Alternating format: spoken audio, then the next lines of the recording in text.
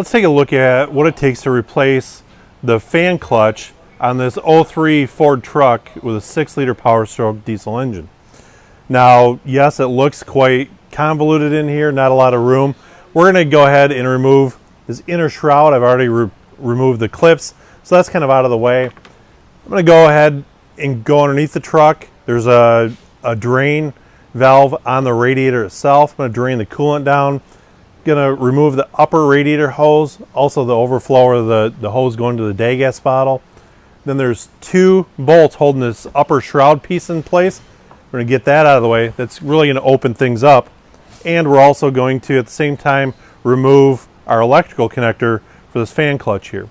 Now, this engine uses this electro-viscous fan clutch. It means that there's a speed sensor in here. There's also an actuator to cause the fan to engage and disengage based on stuff like engine oil temperature, engine coolant temperature, even vehicle speed.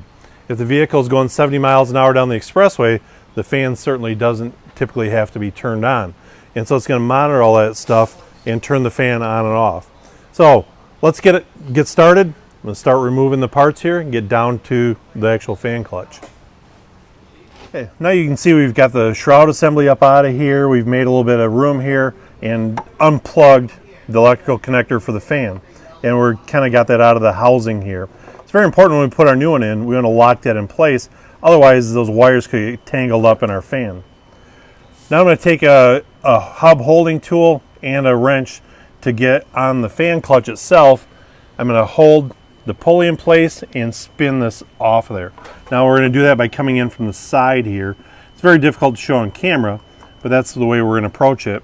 Once that hub spins off the pulley, we'll be able to remove the entire assembly up here out of the radiator area. Well, we've used our tools to break this loose. Now I'm going to hold the wire harness on this old one here. I'm just going to spin this fan assembly off of the hub. Now it's threaded on there pretty good, and it's got fine threads, but you can see once we get it loose, I can pick it up out of here and find the little opening right there. Got to pull the radiator back. Remember, it is still a tight fit here, but we'll get this up out of here. Now there's a couple bolts here holding the fan assembly to our clutch. We're going to remove these and retorque them properly and transfer this over to our new hub. Before we do that, we want to carefully inspect this to make sure that there's no cracks. This one actually looks pretty good here, and so we're ready to reinstall it. All right, we've got our new fan clutch here. Remove the fan blade from the old unit. Before I install them in here, use a little bit of a thread locker blue on these. We're going to put them in and work my way around, and then we're going to torque all of these to 30 foot-pounds. Work our way around, make sure they're good and snug. We don't need to over tighten them, but let's torque them properly, 30 foot-pounds, and then we're ready to reinstall our unit back on the truck. Well, now we've transferred the fan blade over to our new clutch, we've got it threaded on the water pump here, and so we can spin it around till it snugs up.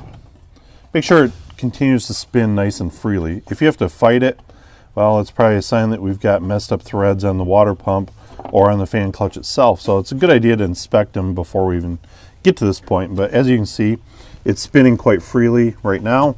And so we're going to continue to slide it on there until it bottoms out. Then we'll grab our tools and we'll tighten it up again.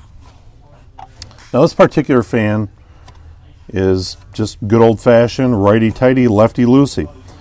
Some other models are going to have a reverse thread in which that will give you a warning typically, but be aware of that. One other thing we want to pay special attention to is to get this wire harness locked into place properly in the fan shroud here. So you see it's locked in now.